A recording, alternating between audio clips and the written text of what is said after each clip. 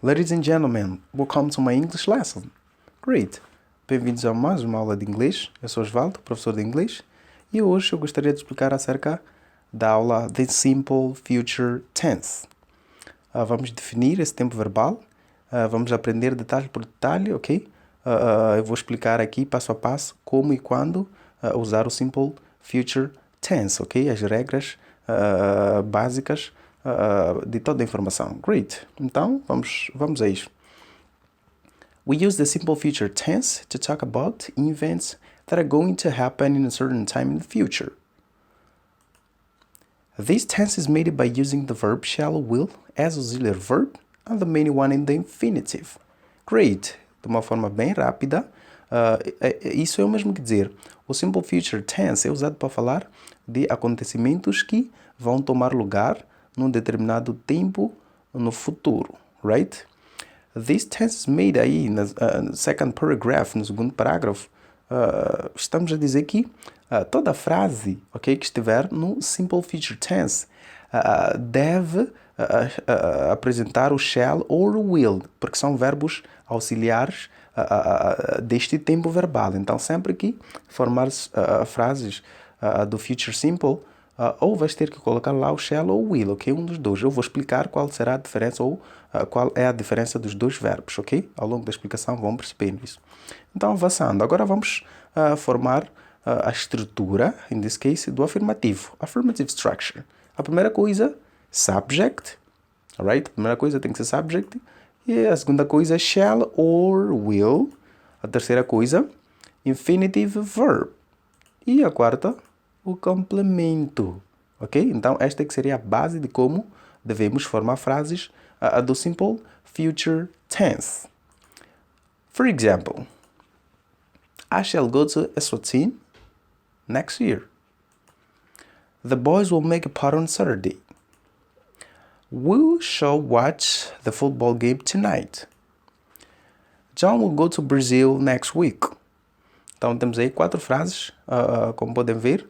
A primeira frase tem shall, a segunda will, a terceira shall e a quarta will. Agora, qual seria a diferença? Great! Vamos usar o shall sempre que o sujeito for I or we. Em outras palavras, vamos usar o shall na primeira pessoa do singular e plural. Só nestes dois pronomes nós vamos usar o shall. Por que isso? Porque o shall expressa a certeza. Então, se eu digo I shall go to Eswatini next year, eu tenho certeza de que isto vai acontecer. Nesse caso, estou aqui a expressar algo que vai acontecer no futuro. E a tal coisa é uma coisa certeira, ok? Enquanto que o will, ok? O will pode ser usado para falar de todos os pronomes. Falo do I mesmo, a partir do I até o último pronome. Por quê?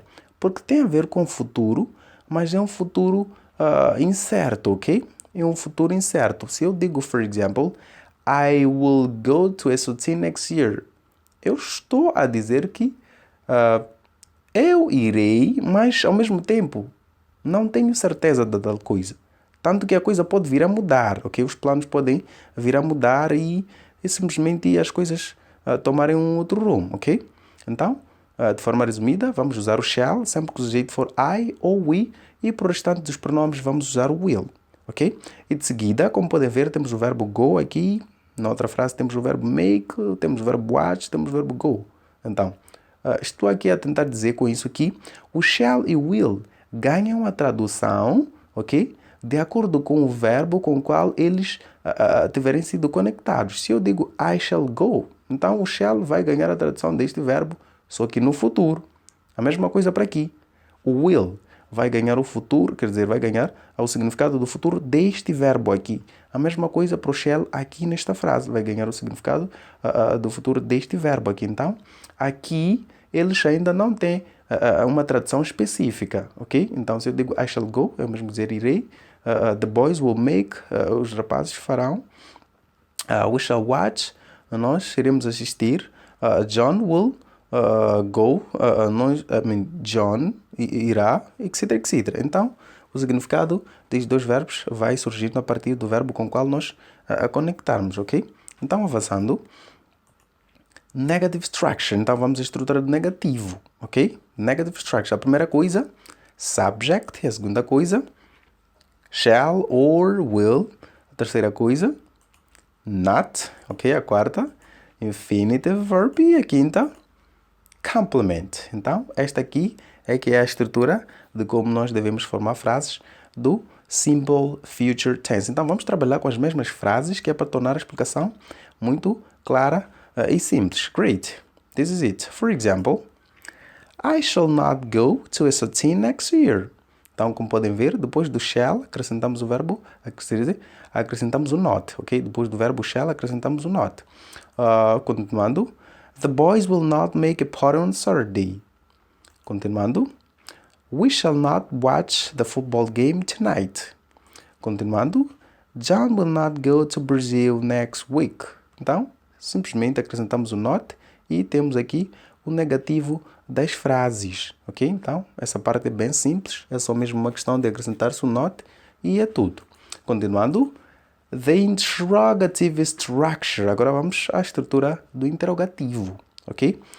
Eu costumo dizer aí na explicação dos outros vídeos, o interrogativo geralmente vai ter sempre o verbo antes do sujeito. Então, é dessa forma como faz-se o interrogativo de frases em inglês. Então, a primeira coisa tem que ser shall or will plus subject, ok?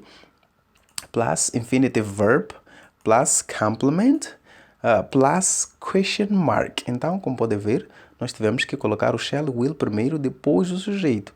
Depois o resto da informação aí como já vinha e acrescentamos o question mark, right? For example, vamos trabalhar de novo com as mesmas frases, que é para tornar essa explicação clara e objetiva. Great. Shall I go to S13 next year? Como podem ver, fiz o inverso aqui logo no início da frase. Geralmente seria I shall no afirmativo, mas agora fica shall I. Great. Continuando. Will the boys make a party on Saturday? Continuando. Shall we watch the football game tonight? Will John go to Brazil next week?